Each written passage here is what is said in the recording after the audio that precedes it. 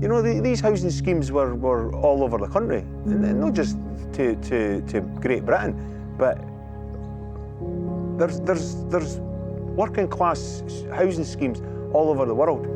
I know there's great people, and they've all got stories to tell. Happy children out to play. What street games will we play today? Draw a beddie on the path, marked from 1 to 9. Hop and skip, pick up the tin, but don't step on the line. Playing doublers in the close, singing all the songs. We don't like cheaters in this game, don't they know that's wrong? But wait, I hear the ice cream van, it's music to my ears. No point in asking Mum for cash, that would end in tears. What's this? I see a shiny penny lying in the muck.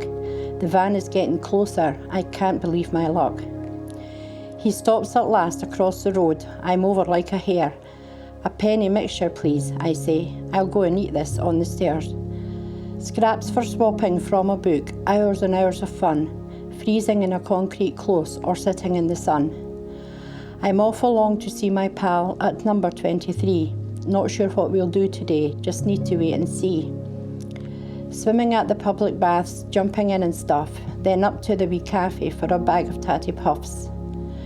Put your sixpence in the slot and pull the window down, and if you got the timing right, you could end up with 2. Or tell the wifey with the key, I didn't get my puffs. Aye, she would say, nice try hen, I'm away now in the huff. Happy days at the Northern, a wee bottle of milk with a straw. Not everybody liked it, so I got extra, bra.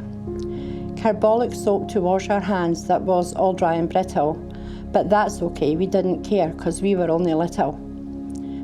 Berries, guising, raging fruit, out in snow or rain or shine, making memories every day, you can't take them, they're mine. A wee time at the waterworks, some water from the fountain, climbing up the concrete wall felt like we climbed a mountain.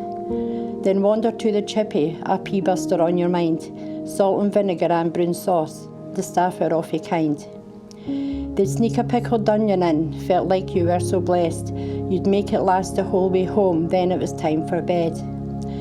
Lifetime friendships forged with love will always stay with me. They can keep the silly fancy names, Muirton is Muirton and always will be. A special little footnote for a very special friend.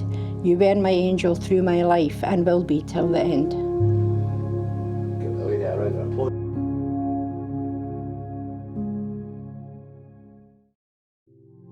The history of Muirton is individual to the people that lived here. For a housing scheme built in the 1930s, we've only just scratched the surface of what was a thriving community for decades before it was eventually knocked down and replaced with a different housing and new style of homes.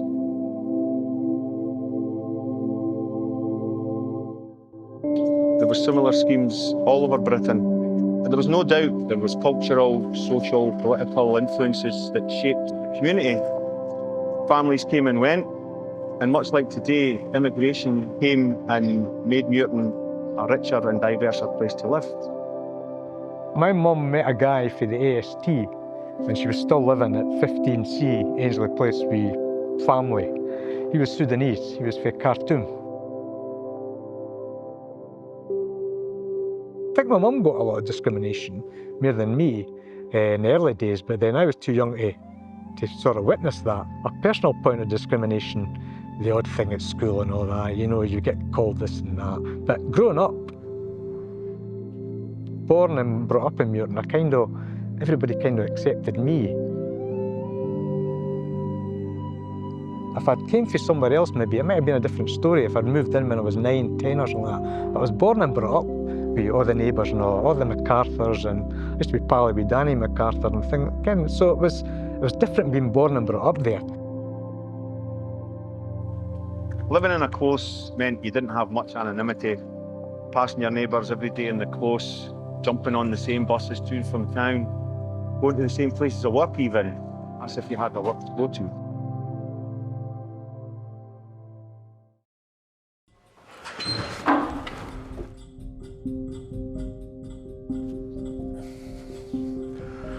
Hello, welcome to Once Upon a Time in the Muirton. I'm Barney. And I'm Dunks.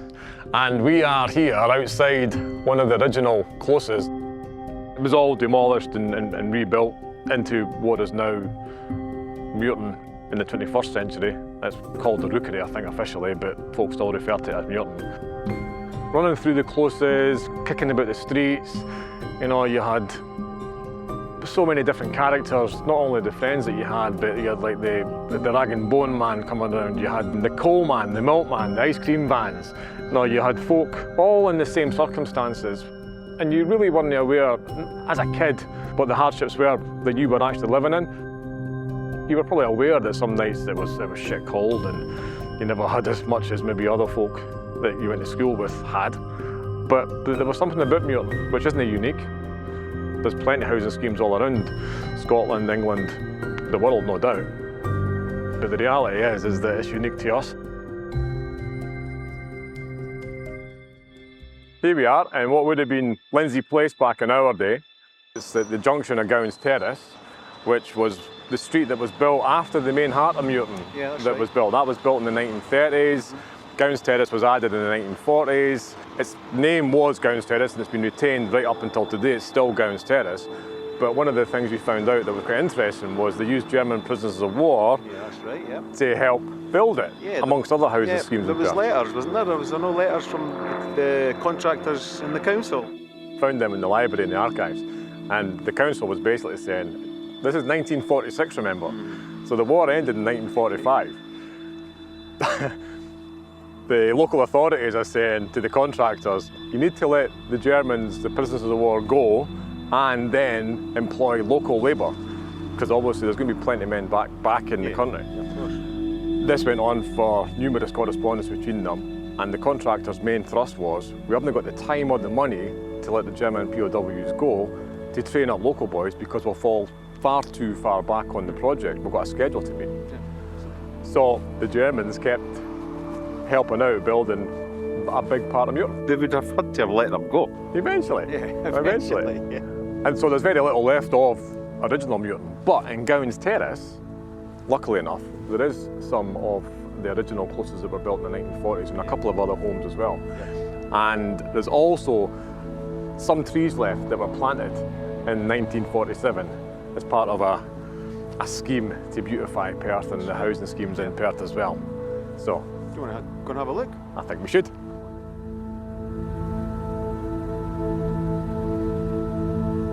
So we're at the roots of Muirton now. Wow, Barney, that's so profound. Do you know how many trees were planted in this phase and what type of trees they were? Well, the Perthshire article that we found says there were 32 trees planted along the whole of Gowans Terrace. Which it's a lot of trees. It's quite a long street though. They were a mixture of Wheatley pine and white beam. There's a photograph of the Lord Provost Primrose and some of the local kids there. There's a reference to the Councillor Roomgee, and the local kids are there because they've been involved in the whole project because they want them to take part in what's going on and take some responsibility for it.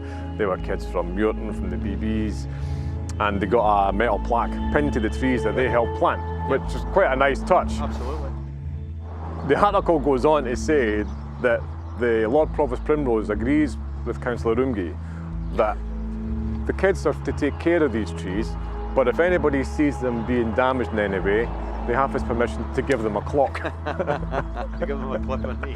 Yeah, which is just a sign at the time. But it was also, you know what, this is a good thing, look after it. Absolutely. And they're still standing, some of them. It's amazing. You know, up and down here, there's at least half a dozen where we are. Yeah. I couldn't tell you which one's of Wheatley pine or a white beam, to be fair. But here they are, the roots of Muirton.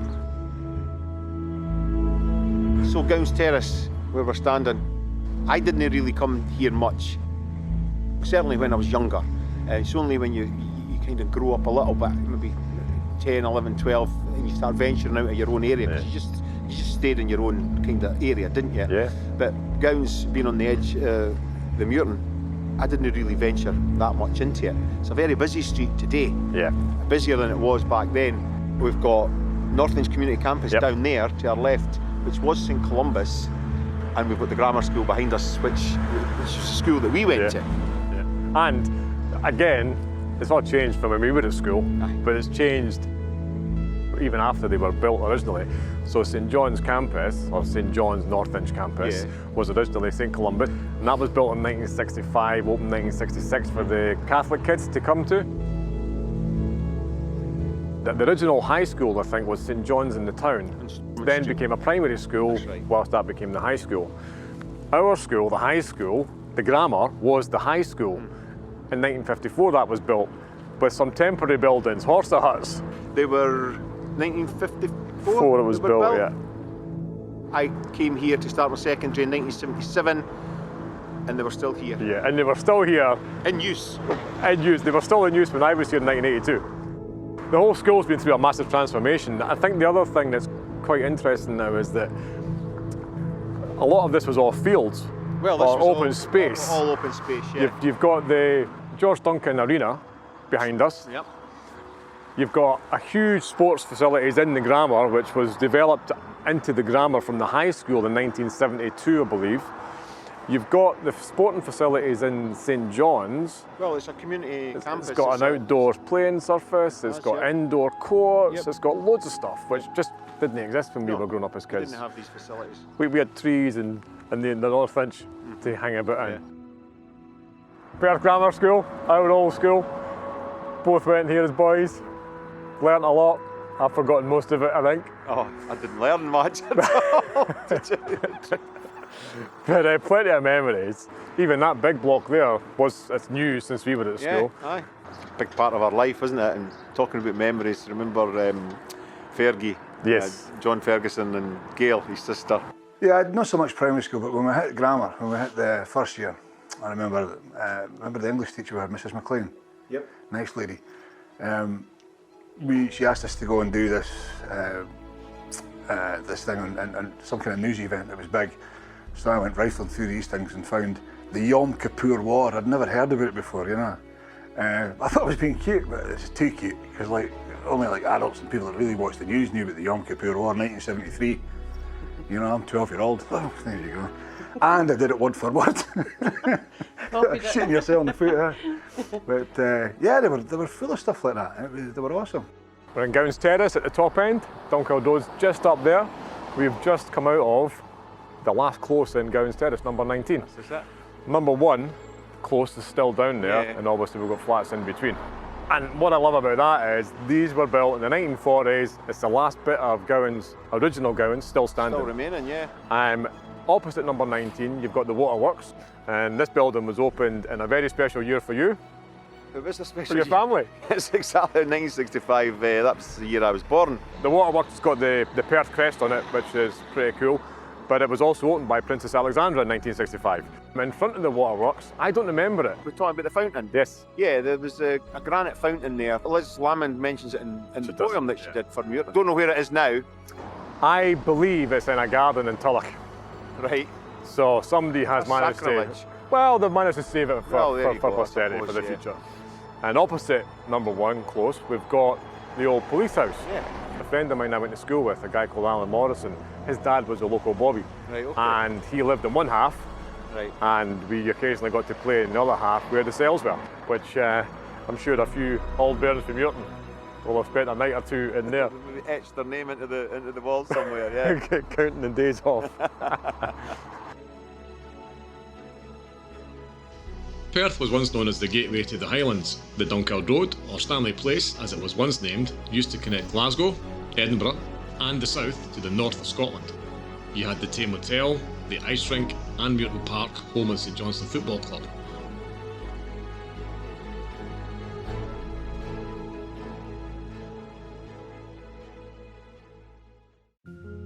Then we have the shops, which have been a mainstay of Muirton and were included in the original plans from the 1930s. The shops have changed over the years, but still has a chippy, a greengrocer's, post office, and there's still a baker's. We spoke to Mandy Malloch, whose dad Jerry Winton had the bakery in the 1960s. I think it had been a baker's at one point, whether it was right before my dad took it over, because I remember it was an actual bakehouse. I do remember all the smells of the bakery coming up the stairs, and I think everybody liked it. He was famous for making cream horns. But I can remember him making all the pie shells and the moulds for the pie shells. And like he was down there at, I don't know, 4 in the morning, getting all the bread done and everything. Yeah, he was a baker. He passed his apprenticeship with Worby's the bakers. Worby's was on the Creef Road Bridge. They had a wee shop there. And my dad used to do deliveries for them out to Muirton on his bike, he always told me. And then he did his apprenticeship there, and then he worked for Christie's the bakers, and then he opened his own shop. Just before the shops, there's the barracks. The Black Watch and the Remy TA were all based in there over the years, and some of us joined the Army Cadets. It was attended by young boys and girls grown up in the Muirton and nearby schemes. I remember a lot of friends that made the step to the regular army. It was just another employment opportunity for the working classes in the area. We've moved slightly along Dunkeld Road from the shops. We're standing where 95 Dunkeld Road would have been, where we spoke to a family who moved to Muirton right at the beginning. They were here, they must have been one of the very first families. 1938 they moved in. My mum and dad moved there in 1938 and they both died within 4 months of each other in 1978. I had 3 brothers and 3 sisters, a big family. What are your memories of moving? Moving? Yeah. Well, I know where I moved from. We moved from Hawarden Terrace because the family grew too big, you see. And we moved to Dunkeld Road. And I didn't like it because I liked Hawarden Terrace. But did you like the house itself? Oh, it was nice because you had a bathroom and, you know, because we only just had toilets. And they were on the stairs, weren't they? The toilet was on the stairs. You shared it with another family. Next door to this close used to be Perth Ice Rink, which opened in 1936.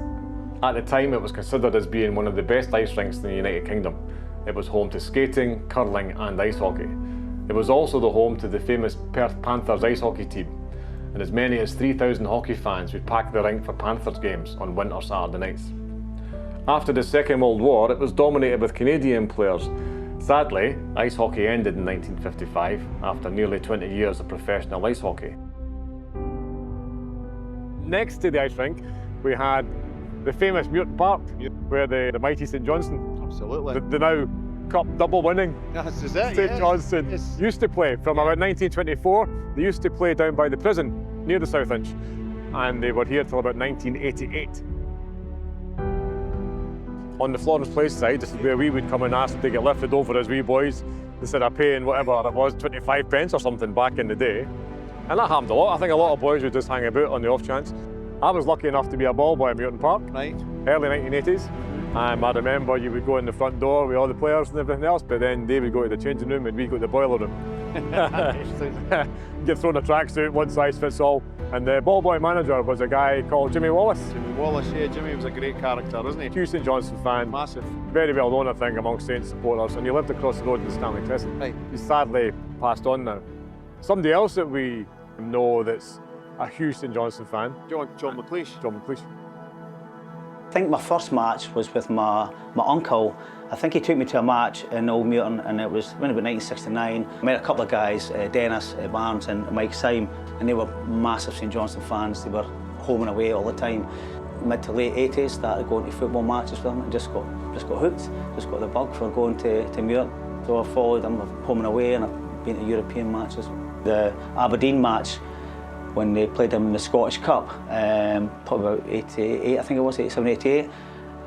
So at that time, Muirton Park was a bit run down at the time, and I think Aberdeen were expecting a huge crowd for this one. I think maybe it was a quarter final or something. To get the big crowd, they needed to put segregation fences up. I'm sure Aberdeen paid for those segregation fences, but probably didn't get as many fans down as they expected, because it was an awful day, been raining, and the pitch was just an absolute quagmire.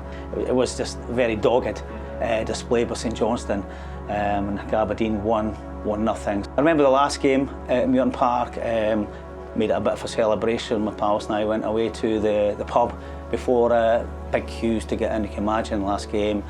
I got the badge, there was a little badge you got. I think some people got a little letter and that telling you a bit about Muirton Park and so a wee bit of history about it. And I'm sure the football fan scene, I remember the name, Wendy Who I think it was called, I gave you a plastic fork on that so you could go and dig up the pitch and everything after the after the match. And I think it was Ayr United, and I think they won it 1-0.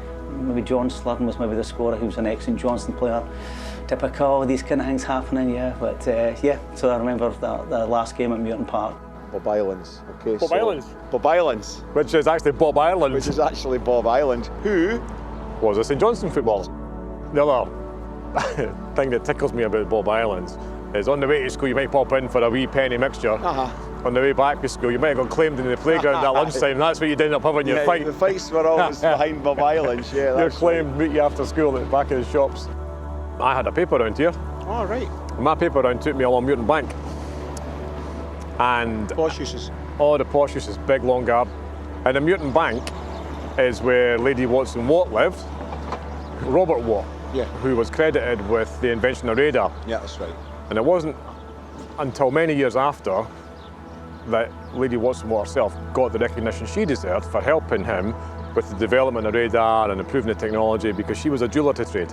And her dexterity, her manipulation of the circuit boards and everything else that he was trialing and error and finding out what was working, helped him develop the technology that we know as radar, and ultimately, I think quite significantly, helped win the Second World War. Absolutely. But yeah, there's a more important part to Lady Watson Watt's story.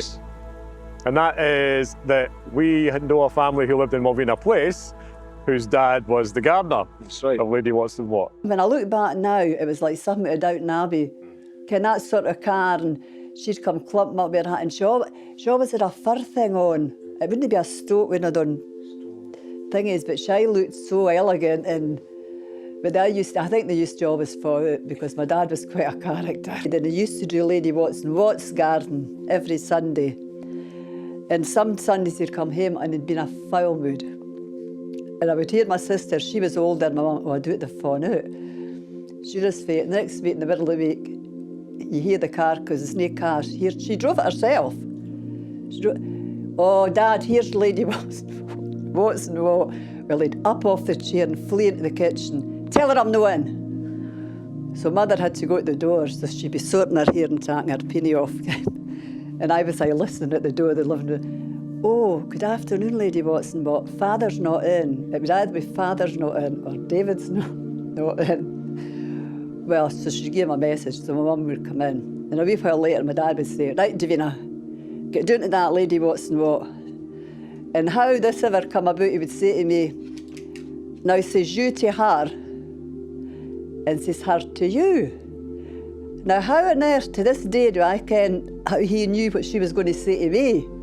Well, the reason I've brought it is because, without a doubt, every old Muirton bairn, give or take one or two, would have at some point seen it. Whether they'd known they'd seen it or inadvertently they'd seen it, I guarantee that they probably would have seen it as they passed through and whatever, So this was liberated in the demolition of Muirton by my wife's uncle, and this is for me because this is where I was brought up. So, and this is the original, by the way. This is authentic. So, and my number was 17, Ainsley Place. And I think there must have been about maybe 1, 2, 3, 4, 5, 6, 7, maybe 8 or 9 of these. I know of 2 that exist. One's here and one's in a workshop in Fuse Road. And beyond that, I'm not really sure where they disappeared to. So it is who we are. It is who the community were. It says it all in a name, for me anyway, because this is where I was brought up, Ainsley Place. We got a house round in Ainsley Gardens, and it was in midsummer 1963. And it was Cappy Oswald, the coalman, that flitted us round to Ainsley Gardens on the back of his lorry. And the coal lorry. And the coal lorry, yes, aye, indeed, aye. And Cappy never yet took a penny fares for it. No, he was such a good man, you know, a nice man. So anyway, your father had went down, and it was Walker's, the furniture shop in the South Street at the time. And then he went and he bought this, he got this lovely formica-topped table and the 3 stools. These stools, for me, my mum brings them out every Christmas for us when we have our Christmas dinner or New Year's dinner. Well, I was born in 1964. My mum had moved in '63, so the stools were there before I was born. The stools had the matching blue seats to go with the formica top, and on tick, of course. We thought we were archie because we had, and that they are now coming up midsummer. They'll be 59-year-old, so there you go. That's my Muirton stools. Behind us, we've got Balhousie Street. Top end of Balhousie Street. We are where I would say is we're beginning to enter the heart of Muirton. This would have been Ainsley Gardens. Yep. As we go left or right. Yep, I think we're standing right at the gate of St Stephen's Church. Built in 1954. It came from Paradise Place down near the bus station. Yep. It was moved down here, and the minister conveniently left the Muirton Bank. He only had a wee short walk to come and preach to his congregation. Well, I was here as a lot of the boys and girls, Boys Brigade, first company Boys Brigade were based here at St Stephen's, and you had the Girls' Guides as well. Yeah. Jumbo sales. Yeah, there was weddings. Discos, weddings. It was a proper community church. And I lived just across here in 34F, Ainsley Gardens. Mum moved here in '62. She was in hostel. She had my older sister, and then when Jimmy came along, she requested a house in the Muirton. So they offered her Letham. But I think my sister was already at the nursery at Florence Place, and that was her first ever house. And it had loads of fond memories for us all, eh? So '62, I was born here, and we were there until 1985. All your formative years spent here. Everything. But this tree here is one of the original trees that sat outside on what we called the triangle. I was never out of it. I was always getting chased for some of the older neighbours. If you weren't out the back playing, you were out the front. Community spirit. Absolutely. Malvina Place. Yeah. And it's still called Malvina Place. You've got, I guess, our Malvina Place, and then as you go down towards Balhousie Street, you've got the posh end. Yeah. With the posh houses. Aye. We lived in the top, and I was thinking about this the other day. We never called them flats. It was our house. Aye. Our house was on the top. Yeah, that's right. 70F Malvina Place. Moved in 72, 73. My dad, we'd moved in from Dunham. We were staying there, and we were coming into Perth. My dad was offered Hunters first. He refused that, then Letham, and Mum didn't like what was offered there. And we eventually, third time lucky, got 70F Malvina. Down beneath us was Pina. Pina came across from Italy in the early 60s. Yeah. My dad died ages ago. My mum, for sisters, all been alive when I left in Italy. 18-year-old when I came in, 18 and a half, 1962. No jobs, no money because been poor, because everything had been destroyed with the war. Wee village, just a wee village. Condorsi. No thing perfect, and just maybe a couple of pubs, and maybe 3-4 shops. Having neighbours like Pina is just one of the reasons I remember Muirton so fondly. Even today, when I walk through the new Muirton, I can still see and hear them. There is no doubt politics shaped housing schemes like Muirton. In fact, Muirton was built because of politics. Legislation was put in place in the early 1900s to replace the horrible slums that many lived in. By 1939, across Britain, over 240,000 slum houses had been cleared and 700,000 new homes built. Muirton was new and fresh, nearly 600 family homes. Moving there would have been a positive experience for a lot of families. It was much preferable to the small, cramped and unsuitable housing they'd moved from.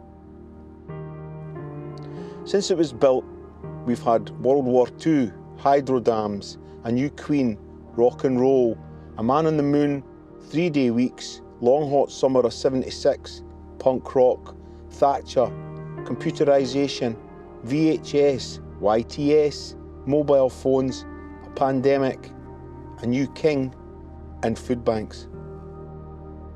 Yet 100 years on from the 1919 Housing Act, Britain is still suffering from a housing crisis, where again the poorest are in the most vulnerable position, finding themselves unable to afford suitable housing to live in.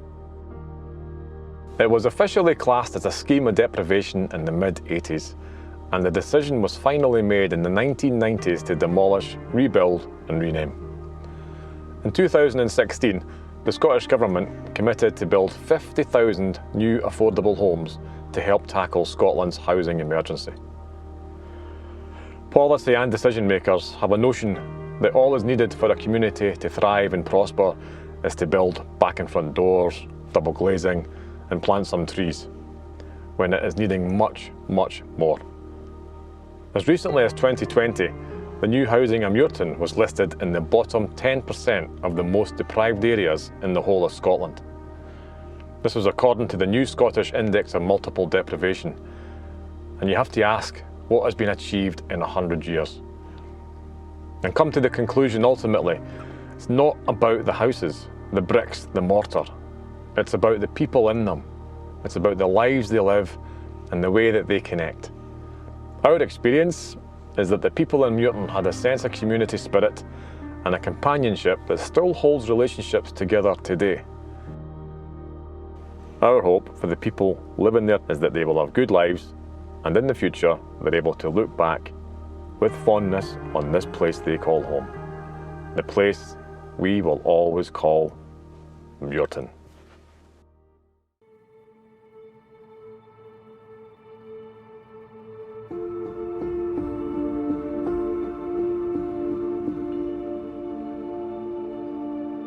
In the scheme, there were streets. In the streets, there were the closes. In the closes was the community. Our Muirton was all closes, 6 block or 4 block. Some of the close windows were at the back, some were at the front. The ones at the front had traditional style sash windows. The middle window had an ornamental wrought iron balcony. The sash window frames in our house were painted white, but they were originally dark green. It seemed every street had a neighbour that would be at the windy, watching the Muirton world go by.